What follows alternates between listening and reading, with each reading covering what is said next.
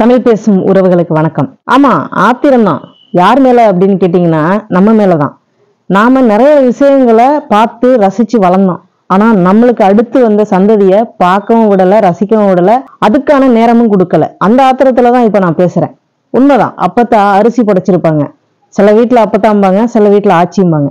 அப்பத்தா புடைக்கிற அரிசிய செதறி விழுகுதா அப்படின்னு எதிர்பார்த்து ஒரு உயிர் மேல இருந்து பார்த்துக்கிட்டே இருக்கும். அததான் சிட்டுக்குருவி அப்படின்னு சொல்லுவோம். அது எவ்வளவு வேகமா அந்த அரிசியை கொத்தி புறக்கி எடுத்துட்டு போகும் அப்படிங்கிறதையும் நம்ம பார்த்திருப்போம். நம்மள நிறைய பேர் அதை பார்த்திருப்பீங்க. இன்னைக்கு காலகட்டத்துல அதை பார்க்கவே முடியல. அந்த சிட்டுக்குருவியால நமக்கு ஒரு தொந்தரவுமே இல்லை. ஆனாலும் அந்த இனம் நமக்கு நம்ம கண்ணுக்கு தெரியாமலே அழிஞ்சிட்டே போயிட்டு இருக்கு. அழிஞ்சு போயிடுச்சுன்னு சொல்றாங்க. ஒரு சில இடங்கள்ல இருக்கு. இன்னைக்கு வரைக்கும் எங்க வீட்டை சுத்தி நான் என்னால முடிஞ்ச அளவு சிட்டுக்குருவிகளை பாதுகாத்து வளர்த்துக்கிட்டு வரேன். எங்க வீட்டுல மரம் செடி கொடி எல்லாத்துலயுமே அது கூடு கட்டி இருக்கும். இப்ப வந்தாலும் நீங்க பார்க்கலாம். உலகத்துல இருக்கிற எல்லா சிட்டுக்குருவியும் நான் காப்பாத்திட்டேனா அப்படின்னா அது நிச்சயமா கிடையாது. ஏன்னா என்னால முடிஞ்சது ஒரு 4 குருவி எடுத்து வளர்த்தேன், காப்பாத்தினேன். அதுல இருந்து இன்னைக்கு அது 40 ஆயிருக்கலாம், 400 கூட ஆயிருக்கலாம். அந்த அளவுக்கு வீட்டை சுத்தி அது பறக்கையில எனக்கு ரொம்ப சந்தோஷமா இருக்கு. சோ அடுத்தது கழுதை. பள்ளிக்கூடம் போகையில நாம கழுதை முதுகுல பொதி சுமந்து ஆத்து ஓரத்துல கொண்டு போய் அந்த மூட்டையை போட்டுட்டு மேய்ஞ்சதை பார்த்திருப்போம். என்ன மாதிரி நிறைய பேர் நீங்க பார்த்திருக்கலாம். இன்னைக்கு அந்த கழுதை அப்படின்றது எங்க? அந்த கழுதைக்கான வேலையே இல்லாம போயிடுச்சு. இன்னைக்கு கழுதை ஒரு ஷோகேஸ்ல வச்சிருக்கக்கூடிய ஒரு பொருளா மாறிடுச்சு.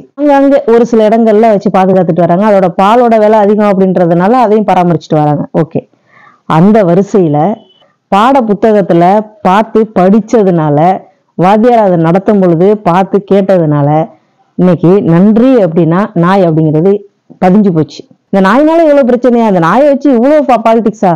இந்த நாயை வச்சு இவ்வளவு சண்டையா? அந்த நாயை வச்சு இவ்வளவு வக்கரமான வார்த்தைகளா அப்படின்னு நினைச்சு பார்க்கும்போது கொஞ்சம் கஷ்டமா இருக்கு. இன்னைக்கு நன்றி அப்படின்னா நாய் அப்படின்றது அழிஞ்சிருச்சு. டோட்டலா அழிச்சிட்டாங்க. இனி வர்ற சந்ததி நன்றி அப்படின்னா யார கை காட்டி இதுதான் அப்பா நன்றிக்கு அப்படின்னு காட்டுற அளவுக்கு யார் இங்க கரெக்டா தரமா இருக்கா? சோ யோசிச்சு பார்க்கும் பொழுது நிச்சயமா ஆத்திரம் வருது. ஆத்திரம் வராமலாம் இல்லை, நிச்சயமா ஆத்திரம் வருது. என்னப்பா நீ நம்மளை சுத்தி இவ்வளவு அநீதி நடந்துகிட்டு இருக்கு, நீ எப்ப பார்த்தாலும் இந்த வாயிலா ஜீவனுக்கே குரலா இருக்க அப்படின்னா அவங்களுக்கும் நம்ம குரலா தான் இருக்கணும். அப்பதான் நாம நல்லா இருக்கலாம். சுத்தி நிறைய அநீதி நடந்துகிட்டு இருக்கு, அதை பத்தியே பேச மாட்டேங்கிற, அதை பத்தி உனக்கு பேச தெரியாதா அப்படின்னு கேட்டா நிச்சயமா பேச தெரியும். என்னால உண்மைய உறக்க பேசவும் முடியும். நான் பேசுறத பார்த்துட்டு கேட்டுட்டு கேட்க வேண்டிய இடத்துல கேள்வி கேட்க நீங்க தயாரா இருக்கீங்களா? அப்படி இருந்தா சொல்லுங்க. நான் நிச்சயமா நடக்கிற அநீதியை பத்தி உங்கள்கிட்ட விலாவரியா எடுத்து சொல்ல காத்துக்கிட்டு இருக்கேன். அடுத்த ஒரு வீடியோல சந்திப்போம். நன்றி.